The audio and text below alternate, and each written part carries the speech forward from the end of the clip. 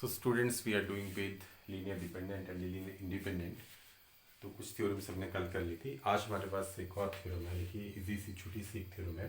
Show that the vectors v1, v2, vm are linearly dependent if one of them is a linear combination of others. ठीक है, तो इसका proof करेंगे. हम लेके चलेंगे कि one vector is linear combination of the others. तो वन वेक्टर मैं ले लेता हूँ. लेट बी वेक्टर दिए तो हैं यही वेक्टर आप लिख लेना. तो let v i is linear combination of other vectors. तो वी आई लीनियर कॉम्बिनेशन में लिख लेते हैं. बाकी वेक्टर कौन से बनेंगे? a1 v1 plus a2 v2 plus on plus ai minus one vi minus one plus ai plus one vi plus one, क्योंकि इसके बीच का ही तो हमने निकाला था, plus so on plus am bm where ai क्या है? ये फील्ड के एलिमेंट है. इसके साथ ही लगा हुआ कोई नहीं. This is written as this can be written as a1 v1 plus a2 v2 plus so on plus ai minus 1 vi minus 1. अब ये plus minus one into b i को हमने अपनी जगह पे रख दिया, plus a i plus one v i plus one plus so on plus a m b m is equal to क्या हो गया? जीरो, क्योंकि बी आई को तो हम इधर ले गए. This is equal to zero.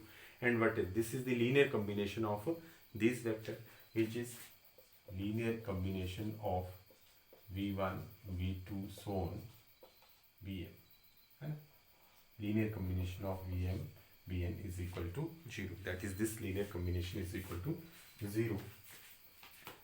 अब उसके बाद अगर ये जीरो है लेकिन सारे के सारे स्केलर जीरो हैं, no, there is a scalar which is minus one, coefficient of v i, no, coefficient of v i, coefficient of v i is equal to minus one which is not equal to zero. So therefore this set, therefore the vectors v1 v2 so on vm are linearly dependent. Linear combination is equal to zero but not all the coefficients are zero. सारे के सारे coefficients zero नहीं है. मेरे पास एक coefficient at least आ रहा है which is non zero. So therefore it is linearly dependent. Conversely हम लेके चलते हैं. Let v1 v2 vm are linearly dependent vectors. So therefore there exist scalars. Suppose a1 ही ले लेते हैं. a1 a2 ai am scalars not all zero such that ये सब के सब जीरो नहीं है, such that a1 b1 plus a2 v2 plus a3 v3 plus so on plus ai vi plus so on plus am vm is equal to zero. इनका linear combination ले लिया हमने इन सारे वेक्टर्स का. ए आई हमने इसलिए लिखा क्योंकि हमने लिखना है कि लेट, इसमें से सारे जीरो नहीं तो एक तो हम कंसीडर कर ही सकते हैं. Let a i is not equal to zero. अब ए आई बी आई को यहाँ ले लो. ए आई बी आई को एक जगह रहने दो, उसको वहाँ ले जाओ. A one B one minus A two B two minus A three B three minus so on so on Son.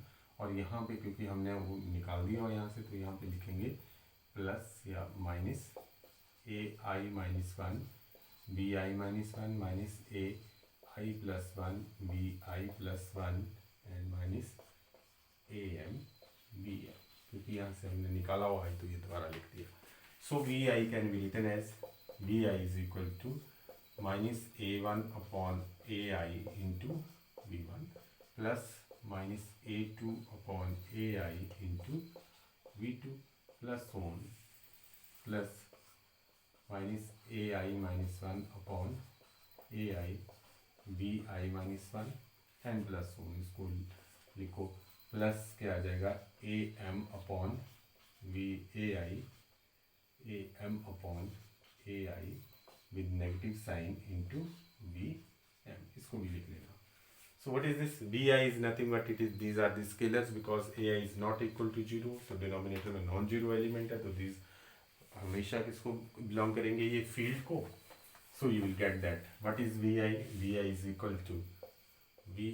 equal to linear combination of other vectors of v1 से लेके bi minus 1 bi plus 1 और bm is linear combination of these vectors. तो कौन सा is linear combination of the other vectors. तो यही आपने prove करना था कि अगर डिपेंडेंट है तो ये linear combination of other vectors में लिखा जाएगा.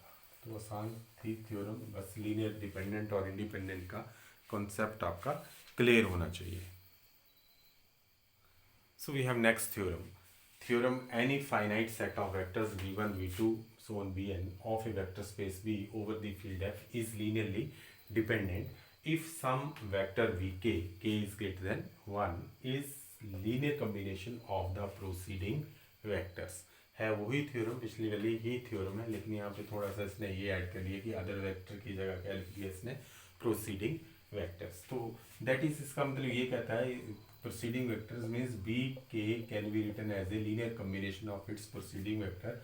अगर मैं स्केलर्स ले लूँ v1 plus v2 plus one plus vk minus 1 vk minus 1. Proceeding vector means vk है तो vk माइनस 1 तक के लीनियर कम्बिनेशन में लिखा जाएगा. तो ये हमने शो करना है. तो लिखेंगे हम इसका प्रूफ में हम लिखेंगे कि this is the given set of vectors is v1 v2 bn and bk is this one non zero. So let इसको हम लेके चलते हैं, let v1 v2 v3 so vn are linearly dependent लेके चलेंगे और इसको हम ये प्रूव कर देंगे. डिपेंडेंट लेके चलेंगे तो there exist scalars v1 v2 है ना, v3 vk and so on, not all zero, bn तक not all zero, such that their linear combination v1 plus v2 plus on plus vk आपको जो अच्छे लगते हैं, a लेना a ले लो, plus vn is equal to 0. तो लेट देखो ऑल आर नॉट जीरो, तो कुछ तो जीरो होंगे, तो मैं ये ले लेता हूँ कि let bk is the last non zero scalars. उसके बाद सारे के सारे स्केलर्स क्या है, जीरो है, चाहे वो लास्ट ही हो, कोई ना कोई तो जीरो होगा. ठीक है, नॉट ऑल जीरो. तो मैं लिख लेता हूँ कि let bk is the last non zero scalar, non zero scalar. बाकी के सारे स्केलर्स क्या हैं, जीरो हैं. ठीक है, is the last non-zero scalar, so therefore you will get it. इसके बाद के यहाँ तक नॉन जीरो है और उसके बाद सारे क्या हैं, जीरो. तो therefore you will get v1 plus v2 plus 1 plus vk is equal to 0. तो bk is last non zero, तो bk is नॉन जीरो, तो you can write it as bk को एक साइड ले जाओ, vk is equal to minus v1 v2 vk minus 1 vk minus 1. लिखने में मुश्किल है तो c या a लेना ज़्यादा ठीक है. तो vk is equal to minus v1 upon vk into v1 plus v2 upon vk with minus into v2 plus 1 plus vk minus 1 upon vk into vk minus 1 with negative sign. So this is nothing but bk is equal to linear combination of its preceding vectors. ऐसा भी कर सकते हैं, other vector की जगह हम proceeding vector, क्योंकि बाकी के सारे के जो स्केलर्स थे वो क्या थे, जीरो, नॉट ऑल जीरो. सारे के सारे जीरो नहीं थे तो कुछ तो जीरो हो सकते हैं. ठीक हो, तो bk इज written as a proceeding vector. अब इसका कन्वर्सली में let b k is equal to linear combination of its proceeding vector, that is v k is equal to, अब मैं ले लेता हूँ C1V1 plus C2V2 plus 1 plus CK-1 V K-1। अब मैं इसको उधर ले जाता हूँ तो we will get C1V1 plus C2V2 plus 1 plus CK-1 V K-1 minus VK, या इसको मैं लिख लेता हूँ प्लस -1 इंटू VK और प्लस इज इक्वल टू 0। इतना ही था, लेकिन हमारे पास वेक्टर कितने हैं, n वेक्टर्स, तो हम इसको n तक एक्सटेंड कर सकते हैं। This is C1V1 plus C2V2 plus 1 plus -1 into VK plus 0 into VK plus 1 plus 0 into VK plus 2 and plus 1 plus 0 into Vn is equal to 0। तो this is the linear combination of V1 V2 so on Vn is equal to 0. What? All scalars are not 0. For example, coefficient of Vk is equal to -1 which is non-zero. तो coefficient हमें Vk का मिल गया which is non-zero, तो all scalars are not equal to 0. This implies that V1 V2 so on V2 this is the set is linearly dependent। अगर कोई vector इसके proceeding vectors के linear combination में लिखा जा सकता है तो ये क्या हो जाएगी, ये पूरी सेट बन जाएगी लीनियरली डिपेंडेंट।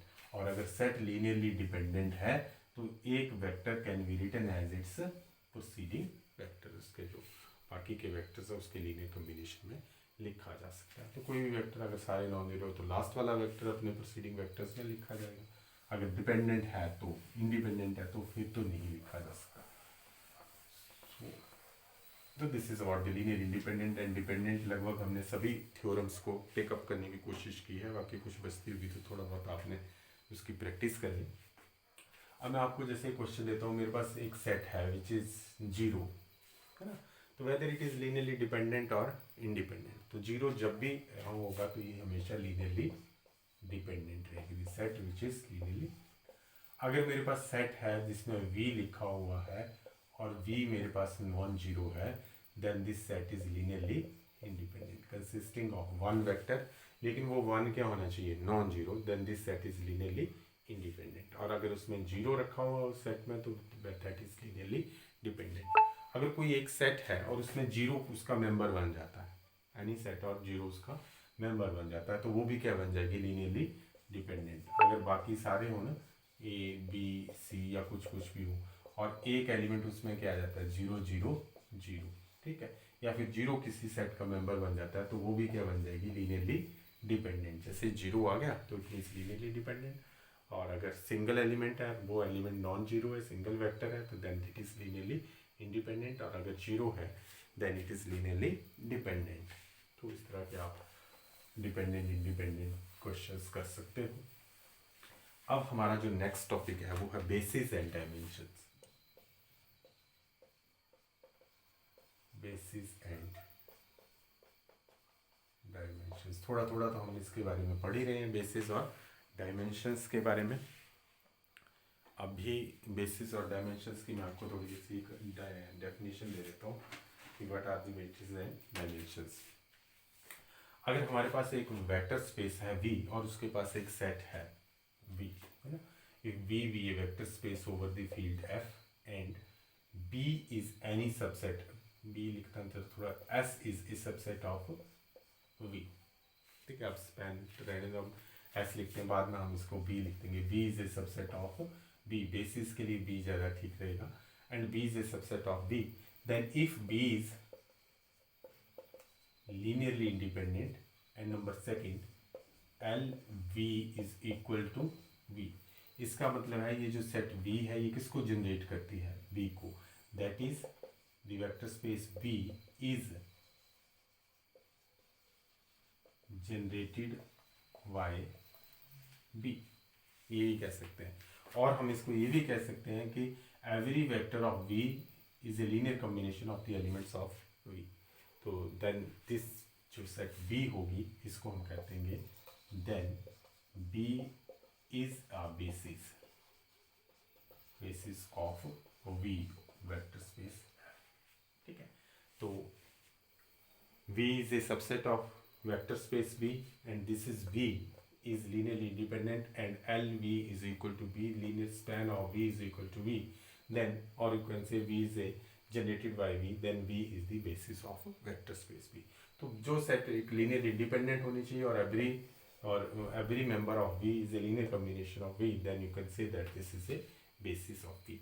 For example, अगर मैं basis का एक example देता हूँ, फिर से इसको डिफाइन कर लेंगे। एक एग्जांपल मैं देता हूँ बेसिस का, जो हम बार बार कर रहे थे कि देखो आर क्यूब हमारे पास एक स्पेस है, वेक्टर स्पेस आर क्यूब, और आर क्यूब के एलिमेंट किस तरह के होते हैं, x comma y comma z, where this is x और वाई और जेड क्या होते हैं, रियल्स होते हैं, ये रियल होते हैं, है ना। और इसके ऊपर फील्ड भी क्या है, रियल।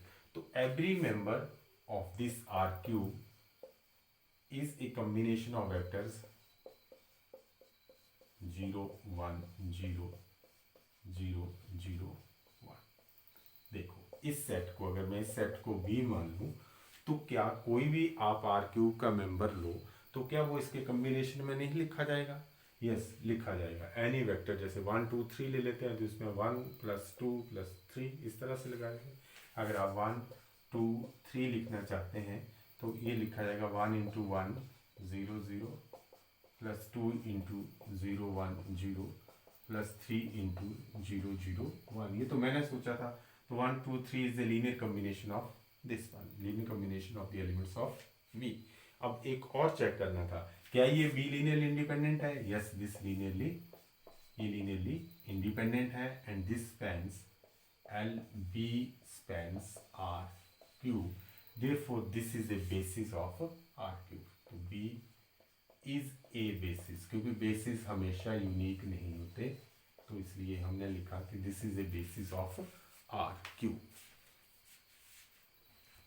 ठीक हो गया, तो बेसिस ऑफ आर क्यूब। इसी तरह से जब बेसिस ऑफ आर क्यूब हमें मिल गया और इनको हम कहते हैं स्टैंडर्ड बेसिस, ये हमें बताइए, और भी हो सकते हैं, तो these are the standard basis, और इसकी नोटेशन है E1 E2 and E3।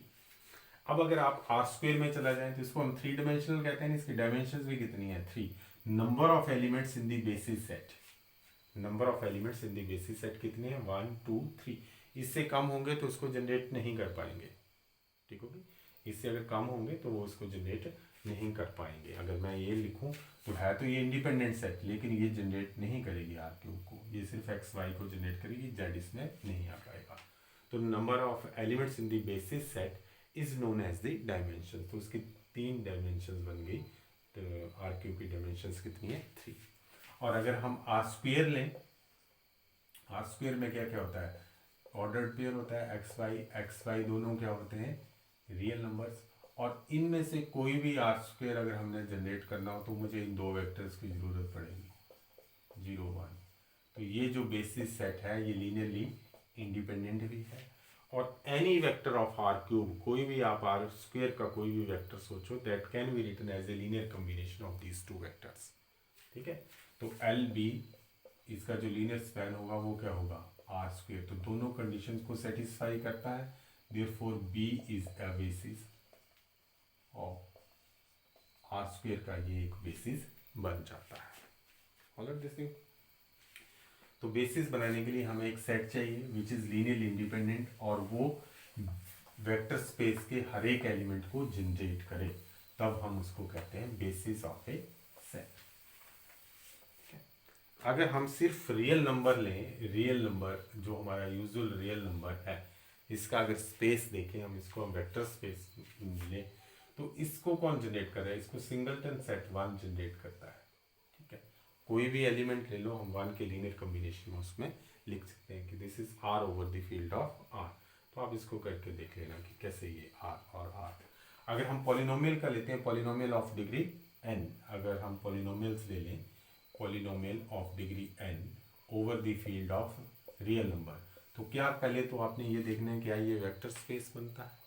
Polynomial किस तरह के होते हैं, अगर सेकंड डिग्री पॉलिनोमियल है तो एक्स स्क्वायर प्लस वन, एक पॉलिनोमियल है तो एक्स, सिंगल पॉलिनोमियल है तो वन, एन डिग्री का पॉलिनोमियल है तो एक्स है, x rest power n minus one, यहाँ कोई रियल नंबर लग जाएगा, टू लग जाएगा। पूरा पॉलिनोमियल की डेफिनेशन तो आपको पता ही है। अब उसको जनरेट करने के लिए हमें क्या क्या चाहिए, हमें ये सारे चाहिए एक्स एक्स एक्स, है ना। तो वो मुझे मिल जाएंगे one x, x square, n degree तक चाहिए तो मुझे चाहिए एक्स एन। सो ये जो सेट है ये बेसिस सेट बन जाएगी इसके लिए, ठीक है। पॉलिनोमियल के लिए this will be the basis set, और इसमें नंबर ऑफ एलिमेंट्स है एन प्लस वन, ठीक है। एन तो ये हो गए और इसमें एक ऐड कर एन प्लस वन, तो वो इसकी क्या बन जाएगी, डायमेंशंस बन जाएंगी। तो this is about the basis and dimensions. Basis क्या होती है, एक इंडिपेंडेंट सेट होती है जो वेक्टर स्पेस के हर एक एलिमेंट को जनरेट करती है, और उसमें जितने नंबर ऑफ एलिमेंट्स होते हैं उस सेट में उनको हम कहते हैं उसकी डायमेंशन।